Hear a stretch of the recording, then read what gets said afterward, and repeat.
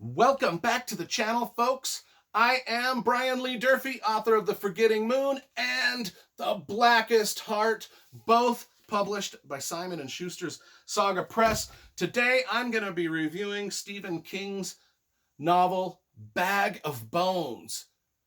Yeah, we're going old school. I've been reviewing the Stephen King novels in order of publication for my channel. When I first started doing the review series, I set up this shrine to Stephen King with the lighting, the dim lighting, the candles, and all it did was it opened up some sort of portal to hell in my library where supernatural phenomenon was just going bonkers in here with this shrine. You know, stuff was catching on fire, things were falling over, the Motley Crue Funko Pops were doing their own little dances in the corner. I couldn't figure it out, so I shut it down. I kept doing the Stephen King reviews, but I got rid of the candles and all the lighting because it was freaking me out, folks. It was freaking me out. You can go back and watch some of those earlier reviews and you'll see what I'm talking about. But anyway, we're to Bag of Bones now. It's a great ghost story. So I thought I would risk setting up the shrine once more and hopefully nothing goes haywire. Stay tuned. This book came out in 1998. It was Stephen King had been with Viking Publishing his entire career up until this point. This is the first book he ever wrote with his new publisher. His new publisher just happened to be Simon & Schuster, which is the same people that published me. Anyway, we always review the covers, so let's look at these covers, because you know I love graphic design and illustration. This is the original hardcover that came out. And then this is the paperback that came out, a year later. And as far as the covers go, I've got to tell you, they are, about adequate. I don't think either one of them really knocks my socks off. But, it is what it is. One of the other things that I'm doing as I reread every Stephen King book in order of publication and review it for you, is I'm also listening to the Audible.com narration. This book was narrated on Audible by none other than Stephen King himself. I love when Stephen King does his own narrations. If you want to listen to Needful Things, he did the narration on that. He's done the narration on about half a dozen of his own books, and it's magical. I love when he reads his own stuff. What's interesting about this read is I typically follow along in the pages of the book to the narration. And Stephen, and the thing is there's a lot of changes. Like, it's almost like Stephen King was reading an earlier draft of this book, because there are a lot of things in the Stephen King narration that actually are not in the book, and vice versa. It's almost like he was reading the arc of the book for Audible or whatever recording studio was in 98 was doing this. But anyway, it's just interesting to see the changes that take place between an arc and because I know with my arcs, there's always changes and there's always different things that you switch around. And it's an interesting thing. Another thing about the Audible.com version is I don't know why the producers of these recorded books and stuff do this, but they put weird musical interludes between the chapters, which just are a waste of time, complete waste of time. What's this book about? This book starts out fabulously with our main guy. He's a writer, Mike Noonan, and he's kind of got writer's block. He's a very successful writer. And if you want to learn a lot about the writing industry and what it's like to be a professional writer and the contracts and the advances and publication dates and how everything works in publishing, the first 100 pages of this book, even the first couple hundred pages, is a good lesson, is a good schooling in that, because Mike Noonan goes through this writer's block where, he has his wife is killed in a car accident, and she's a pedestrian and she's killed she's not even killed. She's running to help people that are in a car accident and has a medical condition and dies.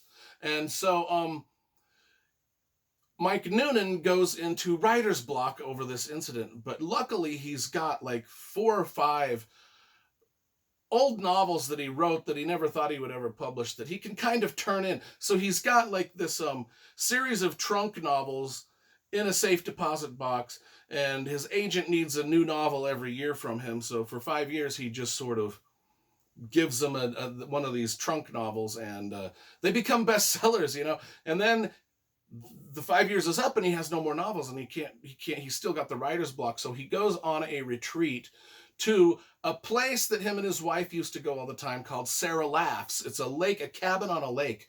And once he gets there, he thinks that, you know, this is going to be the place that I'm going to rejuvenate my writing career. And what happens is he's driving, he can't really get into it, so he decides to go get lunch, and he's driving through down the highway, and he sees a little tiny girl, a little 4-year-old girl in a bathing suit running down the highway by herself. And he's like, oh my gosh, this girl is going to get killed, or I gotta, you know. And so he stops to help the little girl. And he's like, who are you? And she wants to go to the beach, and she's mad at her mother because her mother won't take her to the beach. And then the mother ends up coming around the corner because she's like panicking because her kid is lost. And the mother comes around, and anyway, he's like, hey, you know, I saw your kid on the road here. I wasn't trying to do anything creepy or anything, but, you know, I just wanted to make sure she's safe. And the mother turns out to be this, the little girl's name is Kyra. The mother turns out to be this 20-year-old girl named Maddie. And that's where the story really starts, is I love this. And not only that, but Maddie knows who he is. Maddie is like, hey, you're my favorite author. You're Mike Noonan, my favorite author. So they strike up a real good friendship at the beginning.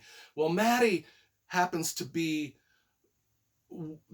Kyra, the little girl in the bathing suit, happens to be the granddaughter of the richest guy in town named Devore.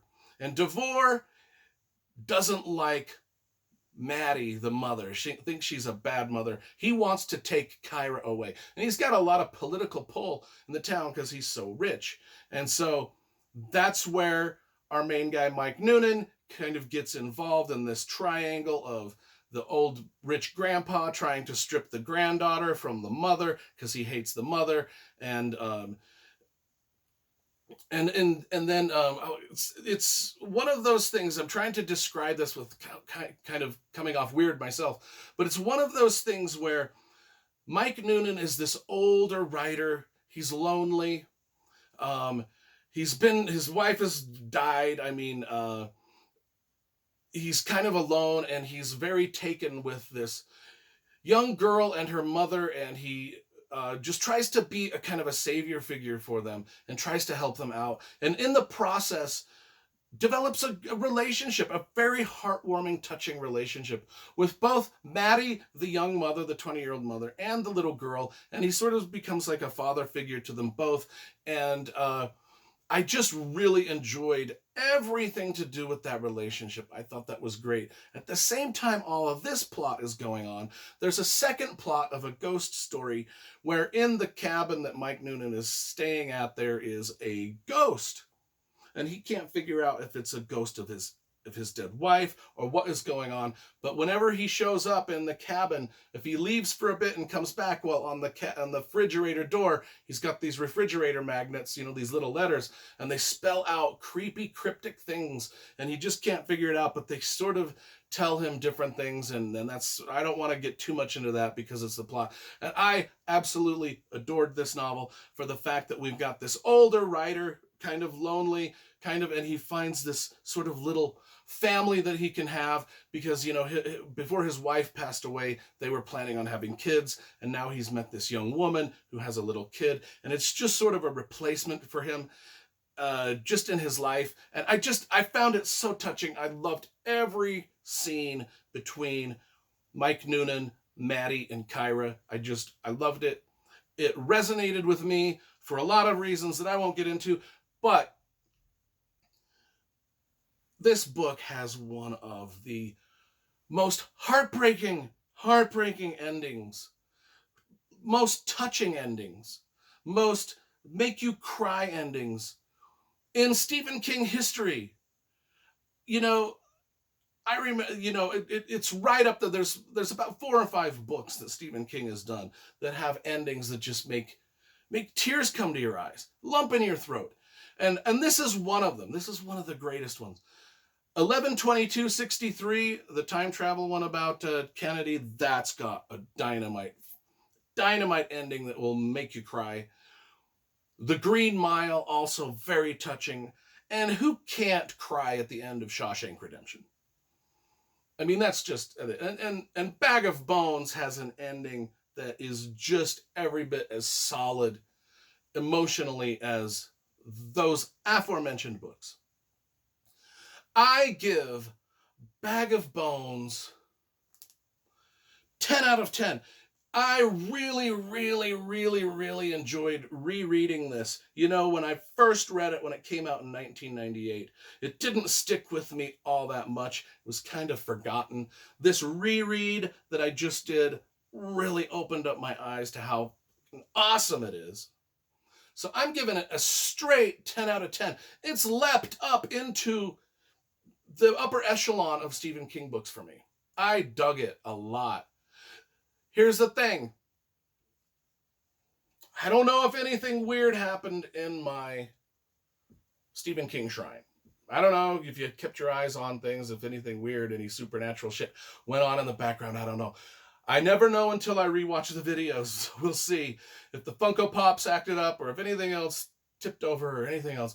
But let's say the reason I have all this crap in the video with me is because every book I write is dedicated to Stephen King, Motley Crue, and the Oakland Raiders. Las Vegas Raiders now.